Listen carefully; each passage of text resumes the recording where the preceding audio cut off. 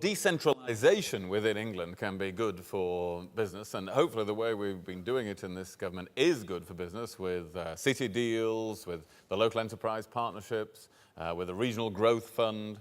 All the emphasis of those things is on what works for the local economy. And there's a lot of scope to take that further. You know, the Chancellor has set out the vision of the Northern Powerhouse. We've agreed the deal with the Greater Manchester, the 10 authorities, to take a lot more local control in return for local accountability, an elected mayor on the London model so that voters can hire or fire the local leader. I think that can be good for business, because that can be good for some of the great cities of this country beyond London.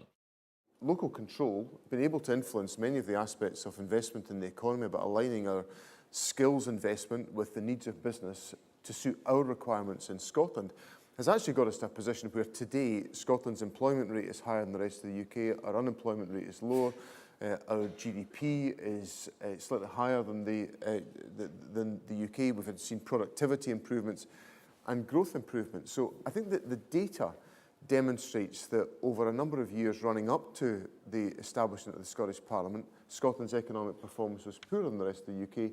With local control, being able to take decisions that suited and assisted our business community and our economy, we've delivered a better performance. Over several decades, businesses have devolved.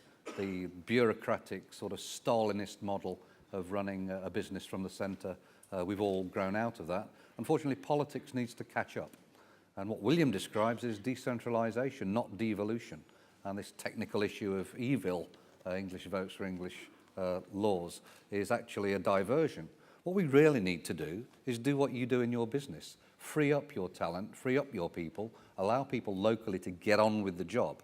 And unfortunately, what we're doing at the moment, particularly in England now, England being the last country in the empire, now Scotland are finding their own way forward. Wales are doing great work, and soon to have income tax assignment that is now the case in Scotland. Northern Ireland working very, very hard on a number of taxation issues too. England is still the nation of the begging bowl, being told what to do by Whitehall. And you know how successful that makes a business, don't you?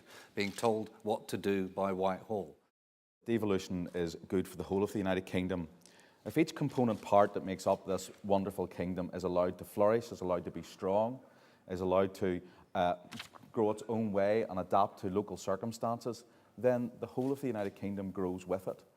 You asked a question very early on about the importance of devolution. Would it reduce taxation?